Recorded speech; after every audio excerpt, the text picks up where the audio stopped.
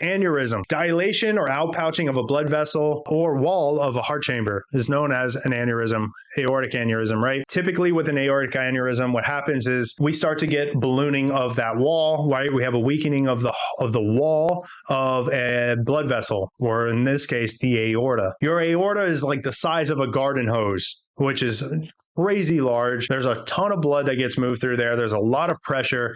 And if there is a tear within your aorta, you can die. Now, your aorta layers is like any other, right? You have 3 different layers of a blood vessel. It's the same concept with your aorta. What happens when we talk about an acute dissecting aorta, okay? When we're talking about a dissection, aortic dissection, what happens is the intima or the inner layer of that aorta starts to weaken and starts to break. As that happens, that inner liner starts to break.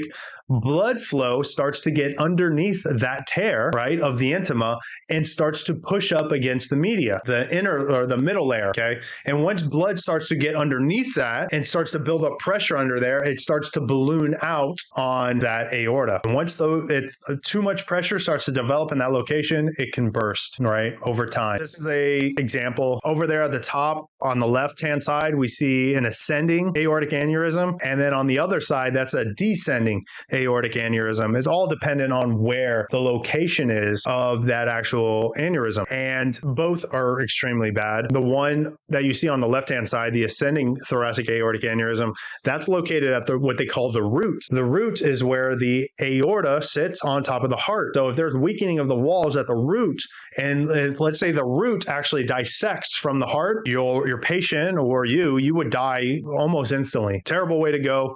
Now, what's interesting is what these patients experience, which we're going to talk about. Acute dissecting aortic aneurysm of the aorta. We're talking about an assessment, chief complaint, sudden chest pain. There's several things that I've discussed, right, that causes sudden chest pain. This is number 3. We've mentioned pneumothorax, sudden chest pain. We mentioned pulmonary embolism, sudden chest pain. Now we're mentioning the aortic dissecting aortic aneurysm, sudden chest pain, right? Ascending aortic dissection. Pain is substernal or located in the neck, throat, jaw, or face. The descending aortic dissection, flank pain, pain between the shoulder blades, in the back, abdomen, or even lower extremities. So depending on where on that aorta the aneurysm's occurring, the patient's going to be experiencing sudden onset of tearing pain. By the way, I just said an adjective that gets utilized by tests, including the National Registry, all the time for dissecting aortic aneurysm, tearing pain. I don't know why they love using that word,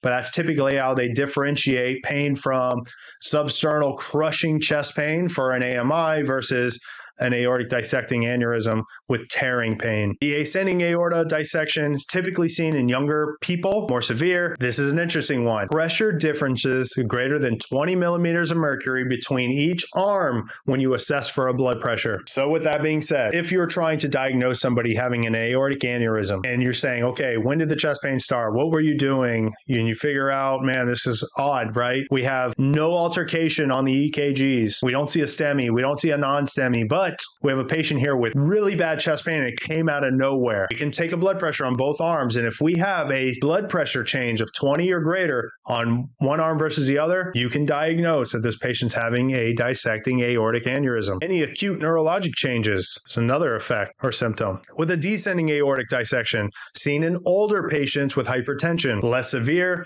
distal pulses are difficult to obtain with a descending aortic dissection. Management, because I know this is what you guys wanted to hear. How do we fix it, man? What do we do? First thing we're going to do is provide adequate pain relief. Analgesics. Remember, this patient's experiencing chest pain. We want to relieve the chest pain. Now, talking about how am I going to relieve that chest pain when we discussed already how to fix chest pain. Remember what I said is chest pain. It means that you have lack of oxygen coming to your heart. But do we have lack of oxygen coming to the heart with this type of chest pain? No.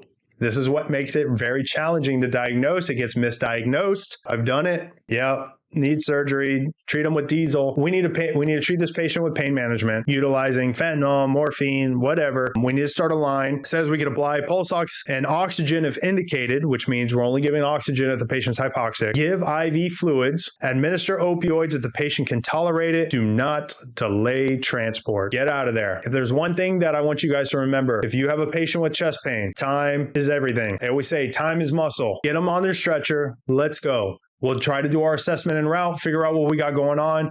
We need to get this patient to the hospital to either get them a stent or to get them in surgery to get this repaired, right? This dissecting aortic aneurysm. Interesting table on 17-18 of the Nancy Caroline book. We have the comparison between an acute myocardial infarction and a dissecting aortic aneurysm. Interesting table.